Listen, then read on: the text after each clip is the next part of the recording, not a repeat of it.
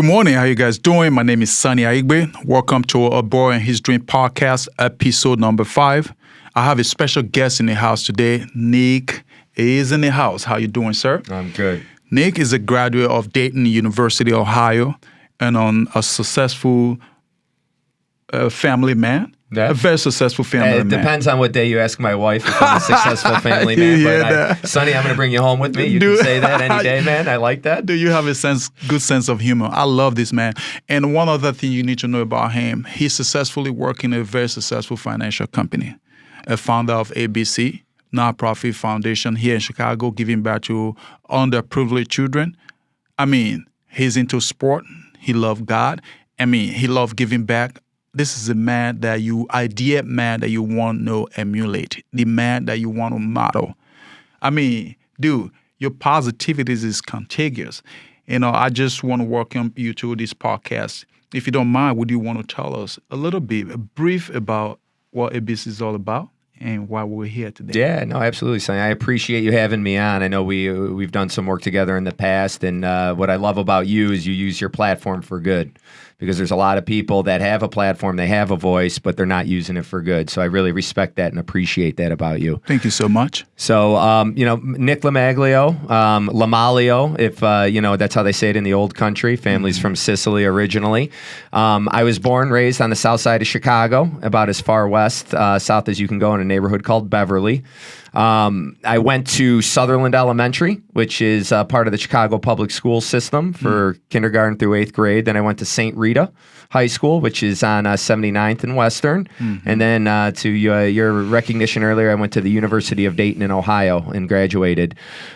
So I graduated in 2008 from Dayton. I came back to Chicago, and I've been working for the same company, UBS Financial Services, since 2005. So I was actually a freshman intern when I started with the company, and I founded ABC, which we affectionately call ABC. It's called Professional ABCs, Advice Beyond the Classroom. Amazing. And Advice Beyond the Classroom is something that we created because we realized there was a gap in the curriculum. You know, geometry, world history, Latin, French, all these are being taught, but nobody was teaching these kids how to shake hands, how to tie a tie, how to write a cold email, how to make small talk when you meet somebody for the first time, and most importantly, how to public speak. So we try to drive a lot of what we call the soft skills into the next gen. You know, we've talked about it before. I think this next generation hasn't really gotten a fair shake at life. First, they're in the middle of a tech revolution. So they've got all this technology that's kind of fueling what some would call antisocial habits. And on top of that, they had COVID that it shut them down for 2 years, and that's 2 years of development. So I feel like these kids are kind of set back prior to other generations when it comes to the soft skills and, kind of the social skills you learn early in life. So we're trying to fill that gap with our program. These children, great job, man. These children never had a chance from these modern new technology, information technology, segregating them from being social to pandemic. That's 2 years of not being social at all, and you've come to bridge that gap. Trying. It's a big generation, so we're trying to do it one student at a time. But it's an uphill battle that is going to have a ripple effect for the next 50, 100 years, because the early phases of this generation, it hasn't really, I guess, encouraged connectivity, physical connectivity. It's encouraged social connectivity via Instagram, Snap. But that isn't true connection. Having 100,000 followers on Insta doesn't mean that you have 100,000 people that are there to help you and take care of you. And it's not real. It's not real. Yeah. It's all manufactured. So what we're trying to do is reinstill the kind of soft skills which encourage physical connectivity. The initial value that's been left behind. The value being left behind, exactly. It's a values-based program that we're trying to build off of. How do you have time to juggle this? Are you crazy? Yeah. I thought I was crazy. Yeah. How do you have time? No, yeah, it's funny because when I started so I'm with UBS Financial Services, and when I started with them, I realized kind of what I did was education in itself. And so I wanted to be a teacher growing up, but I ended up interning with my current firm when I was 18 years old, and I ended up getting on that path pretty early. And that was kind of the foundation for Advice Beyond the Classroom, ABC for short, was because I realized mentors were the ones that really got me on that path, which today I'm very thankful for. But when I created ABC, there's a lot of overlap with what I do professionally, and there's a lot of overlap with what I do personally.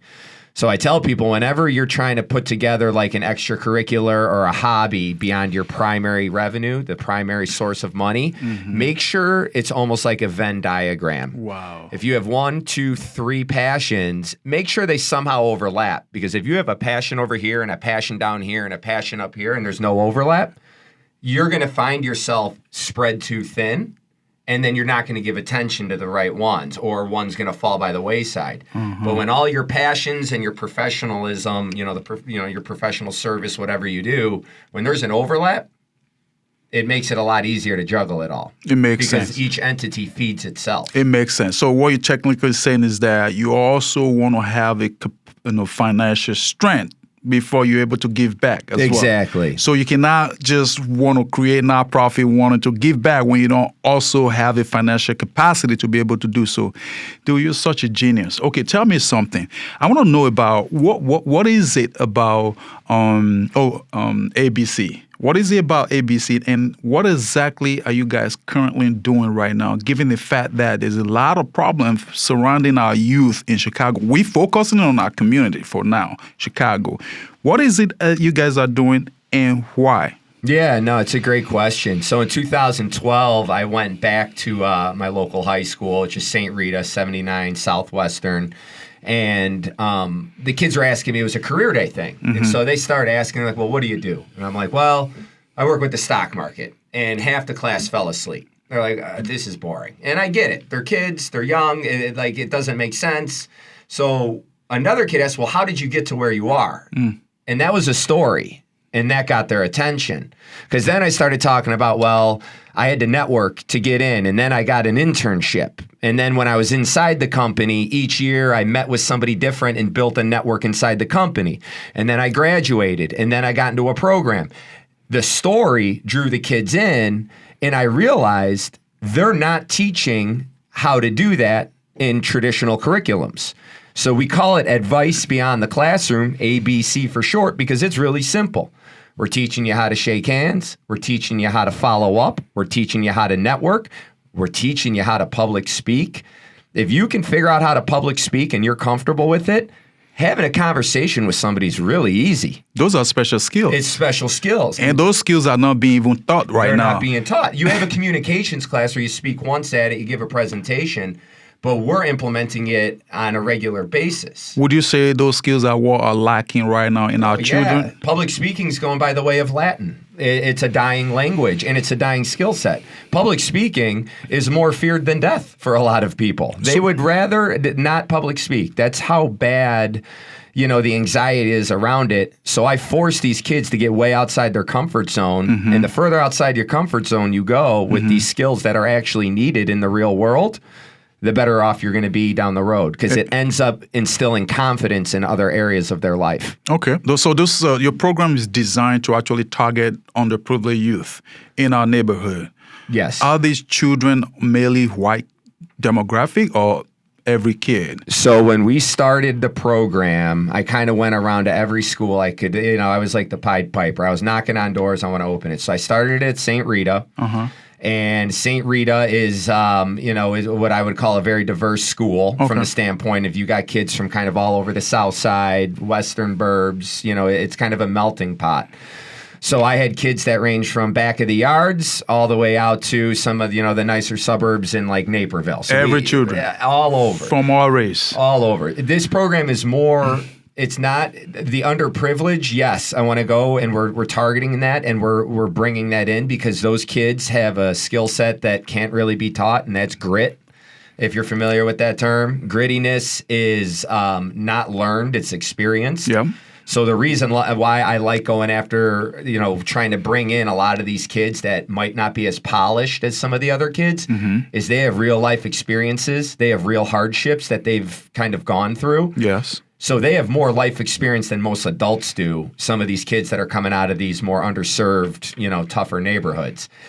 those are the kids that we really want because we can polish them up and teach them how to public speak. We can teach them how to network. We can teach them how to follow up.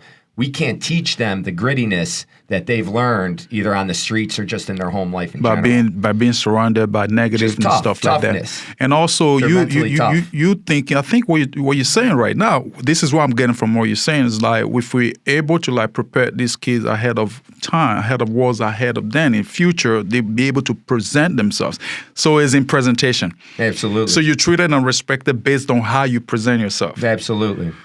That makes sense. Well, it was funny because I was talking with what our nonprofit has effectively evolved into is now I've got companies calling and saying, hey, we want some of those ABC kids to intern. So now we have a brand where they've gone through a specialized training program where we're teaching them all these skills, and they're coming into these internships ahead of all the other kids because they are much more advanced in the soft skills. That's so smart. That's kids brilliant. learn Excel spreadsheets anywhere, but when learning how to public speak and network and follow up, small talk, that's not. And so a recruiter came to me one day. He goes, Nick, you know what we look for? And I go, what do you look for? He goes, PhDs. And my heart kind of dropped. I'm like, PhDs, man, they're super smart, highly educated. I'm like, I'm not a PhD. How are we going to get there? He goes, no. I want poor, hungry, and driven. I want a PhD. I'm going to use that. Those kids are, they are driven. And they because they don't have any other alternative. So they want to work. They want to learn. They see the opportunity in front of them. Amen. But at the same time, there's a lot of kids that come from great families that are in the program, and they're hungry and driven too. They're HDs. So it's what makes the program fantastic is we level the playing field because regardless if you come from a great background or a rough background, public speaking isn't really being taught in the family household. It's not being taught in school. Right? You have to figure it out. It's not being taught in school, so it's a pretty level playing field. True. I love the way you call it playing field. Speaking about playing field, so can you tell me what challenges that you faced, the challenges that you've experienced since you founded your foundation? What are the challenges? And when we talk about that, we'll talk about the impact that you've made. Yeah, so what are absolutely. your challenges? Yeah. The challenges right now are scalability.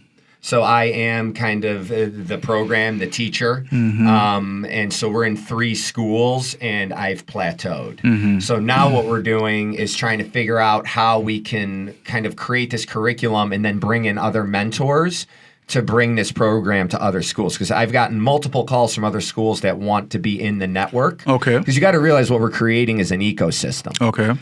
So you can go online and watch YouTube videos on how to public speak and how to shake hands. It's super easy. You don't need a textbook Want to practice it. But what happens is when you come into ABC, you're now in our ecosystem, our program, and now you have access to all the schools and all the alumni and everybody that's participating. So the way that this program actually gets more powerful and better is by expanding the network. But the biggest hurdle we've had is me being in 10 schools and trying to teach at every single one. And so that's like our next hurdle is how do we expand the program to help to reach more kids. Okay. I think also one other thing I need to also bring up before talking about the possibility of getting to all Chicago area school is the fact that what impact have you made among the children that you've been servicing? Can you talk about that real quickly and what impact? Yeah. Because it's important for you to bring that to light. To our audience. The biggest impact we've made is we run by the 3 C's. This is a motto. Our mission statement of ABC is manufacture luck. So manufacture at the core is you are building something, and luck we define as when preparation meets opportunity. So we are teaching our kids how to manufacture their own luck. That's the impact. You are not waiting for somebody to give you something. There's a great proverb. You give a man a fish, he eats for a day. You teach a man to fish, he eats for a lifetime. True that. We are teaching these young men and women how to fish. And then when they get good at it, they need to share some of those fish with others.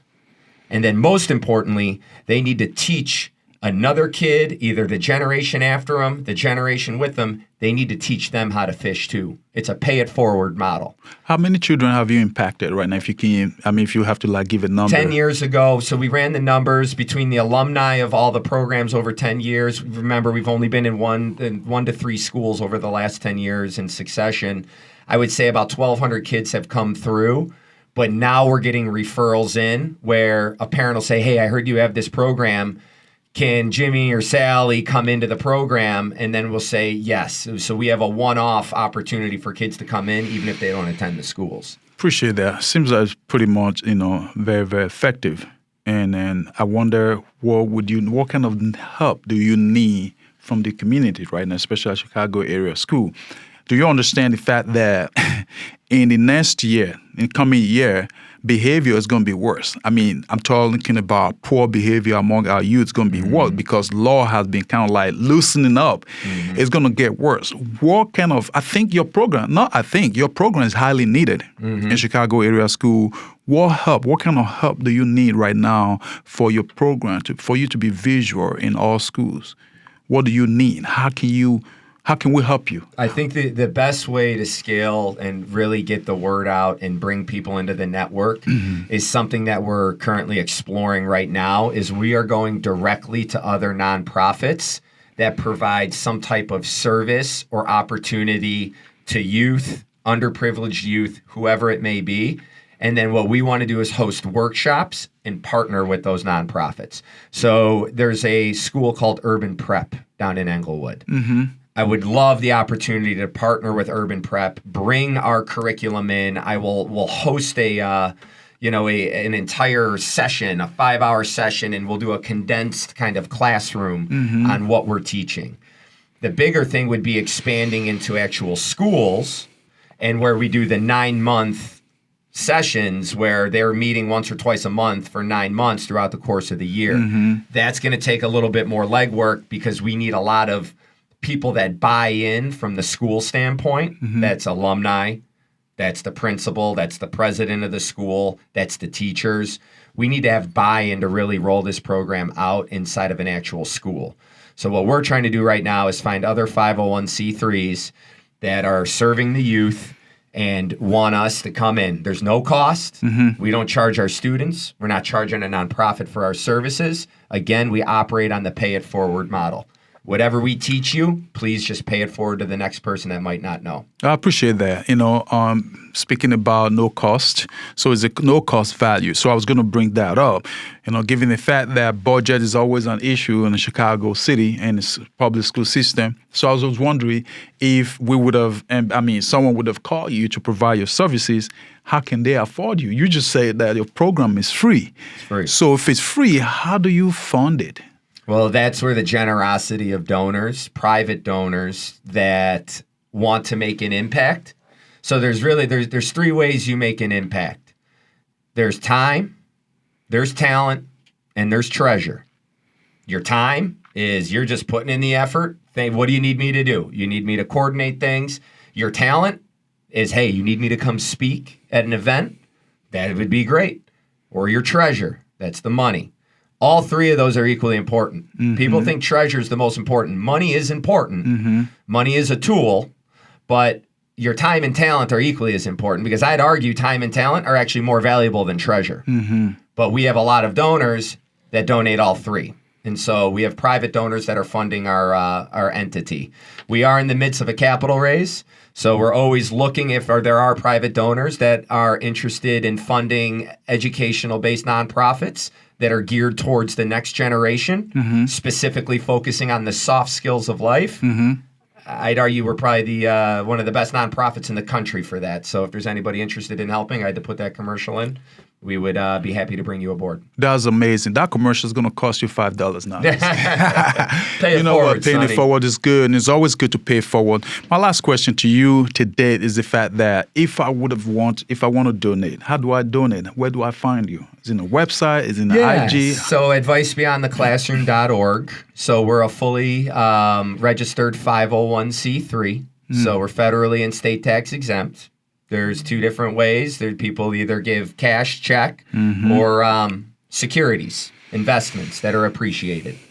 So they can get a tax deduction by giving away a stock that they've held for a long time. Endowments. And yeah, exactly. So we operate like a less complicated form of an endowment. That's amazing. I truly, truly want to appreciate you. Thank you so much for coming into this program. Thank you, Sonny. I want to appreciate thank you helping. Pay it forward, baby. Pay it forward is That's the what key. you're doing now, and that's why I wanted to help you. I appreciate you too. You're the man. You're the man. You're the man. You know, we need people like Nick in our lives, and let's continue to brighten our future by getting involved.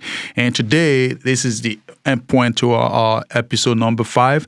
My name is Sunny Akhigbe. Thank you for tuning in to our Boy and His Dream podcast, episode number 5. But remember, what doesn't kill you will paralyze you if you don't get the right amount of help. Trust me on that. That's true. Cheers.